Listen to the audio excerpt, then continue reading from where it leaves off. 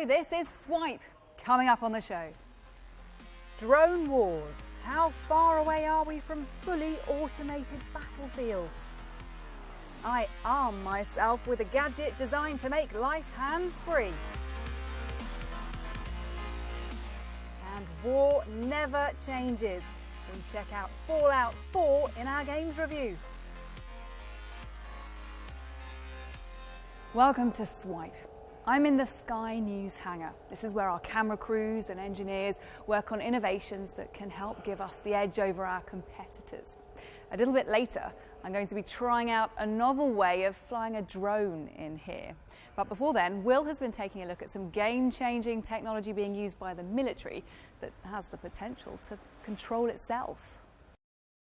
Drones make a big impact on the battlefield. The military uses them to eliminate targets and carry out surveillance missions, and although they're unmanned, they still need a human to pilot them from a distance.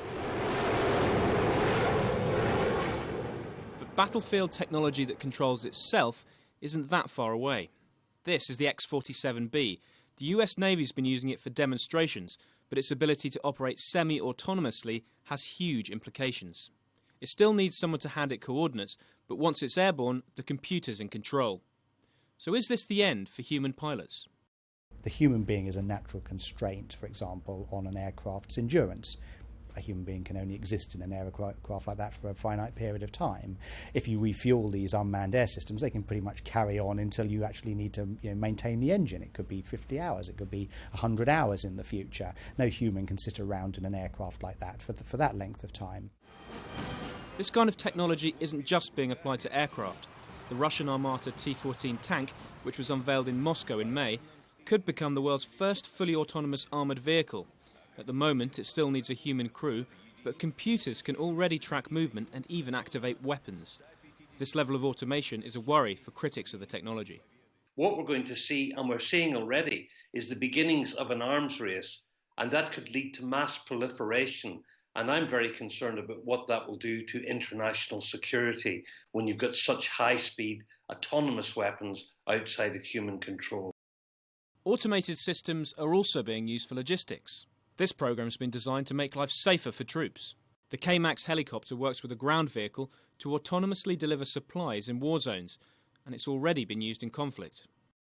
So K-MAX is an optionally piloted helicopter, which means at a flick of a switch you can move from manned to unmanned. It was deployed by the US Marine Corps in Afghanistan for 4 years, and over that period it carried 4 million tonnes of cargo. And it was used for all the dull, dirty and dangerous tasks. We don't know if full-scale drone wars will ever become a reality, but war machines that think for themselves appear to be on their way. Will Sargent, Sky News. You're watching Swipe, still to come. Touchless tech. We look at the armband that lets you control things around you. But first, here's a roundup of some of this week's other tech news. When you're cycling around a city, do you get fed up of having to stop every 5 minutes to look at the map on your phone? Well, one project on Kickstarter is taking navigation back to basics. Beeline is a kind of digital compass that just shows you the direction you should be going in. You tap in a destination on your phone and follow the arrow, leaving you to choose your own route. Here's another way to get around. America's Federal Aviation Administration has cleared for flight this new personal jetpack.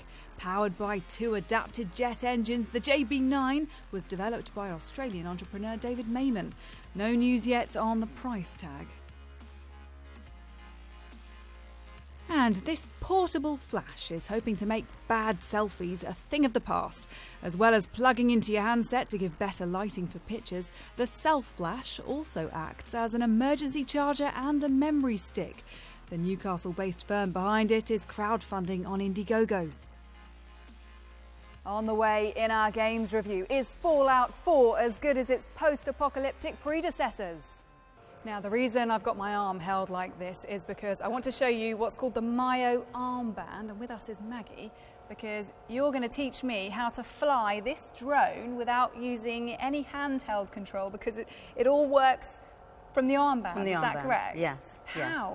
Yes. It has The Myo armband has electromyographic sensors which sense the motion and the electrical impulses every time you make a move in your arm. So it's reading my muscles? Yes, it has a processor built in as well, and it's all on So the 9 effectively axis. it means I'm going to control this drone with my gestures? Yes.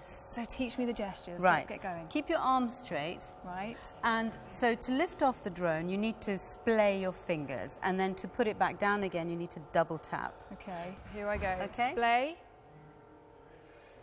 Well done. You're really good at That this. is powerful. This is there to control devices without actually having to have things like mice and so on in order to control computers. At home, you can use it to control your music, you can use it to control your videos. Well done. It doesn't work, there's no stop sign. You can bring it back down again. Should we go back that way? Yeah, you need to be away from it. Oh, okay. Keep your arms straight. Arms straight. And then sweep it away. Sweep it away. That's it. Away. Oh, look, let's bring it back down. Yeah, there we it's go. coming towards you. So What else can I control? you can control Netflix, you can control any of your media, you can control music. What about on your gaming? smartphone, you can use it as an interface for So this- gaming. this so it's could more be- holistic and realistic. Instead of a joystick, I could use an armband. Yeah. So there are 3 categories that we work in at the moment. Present, for example, if you're in a corporate environment, you can use it in PowerPoint, presenting, much more natural way of presenting. Connecting, which is a way to connect with your TV or your smartphone, for example. If you're running and you want to control your music, you can do it using your arms, your hands. Well, that was a lot of fun. Now it's time for our games review. Here's Ross with the latest big releases. This wasn't the world I wanted, but it was the one I found myself in. So Fallout 4 is finally here. It's been a long wait for the fans of this series since Fallout 3 New Vegas. But we are here, set in Boston, on a post-apocalyptic world. You come out of your vault 200 years after the nuclear strike. The start of the game actually sees you going into the vault, and the key thing here is you can actually choose who your character is, whether you're male and also for the first time female. It's a stunning looking game, all about getting out there. Anything you can pick up, you can craft. You can build your own kind of inhabitant areas where other people are left in the world who aren't actually online players, but they're part of the kind of like the AI, can come and live and support you, and you can build these little areas. All in all, Fallout 4 is going to be one of the most anticipated games, and it's finally here, so I cannot wait to play it.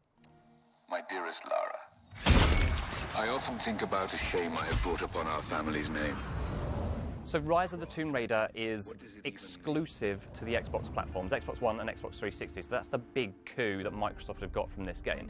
It's the revamped game of a trilogy, and this is the second one, so it's set a year after the first game, which is just classed as Tomb Raider, and you are back as Lara Croft. She's basically been discredited by the scientific world for what happened in the first game, where she kind of found all these kind of like random things that were going on that were kind of like supernatural and not human. All the classic Lara Croft things are back, so you've got going into your tombs and doing all the puzzles in there, action with your bow and arrow or your pistol, and also there's a great new day and night system for the weather. All in all, a great coup for Microsoft. It looks a fantastic game. Lara is back, she's back with a bang, and again, it's going to be an amazing story, and I can't wait for now the third part, which is obviously going to be a few years away. So Football Manager is back for all you PC fans, and it is back with a bang again. There are loads of new features. You can manage players and teams from over 50 different countries. You've got this brand new mode called Fantasy Draft where you can play with friends or people online, and it's where you get a group of you together and you can pick your dream team and then compete against each other in that mode, which again is going to add a completely different kind of taste on it. And there's another mode of actually creating your own team. So this is where you can create maybe your Sunday League team or your Saturday League team and get them involved at the lower leagues and bring them all the way up to maybe the Premier League. What I've got to say is if you're all the people out there that maybe think they're the next Jose Mourinho or Arsene Wenger or can do a better job than the manager they support, Football Manager is the game for you. It will take over your life. But for all fans, it's the only game to have if you're into football management.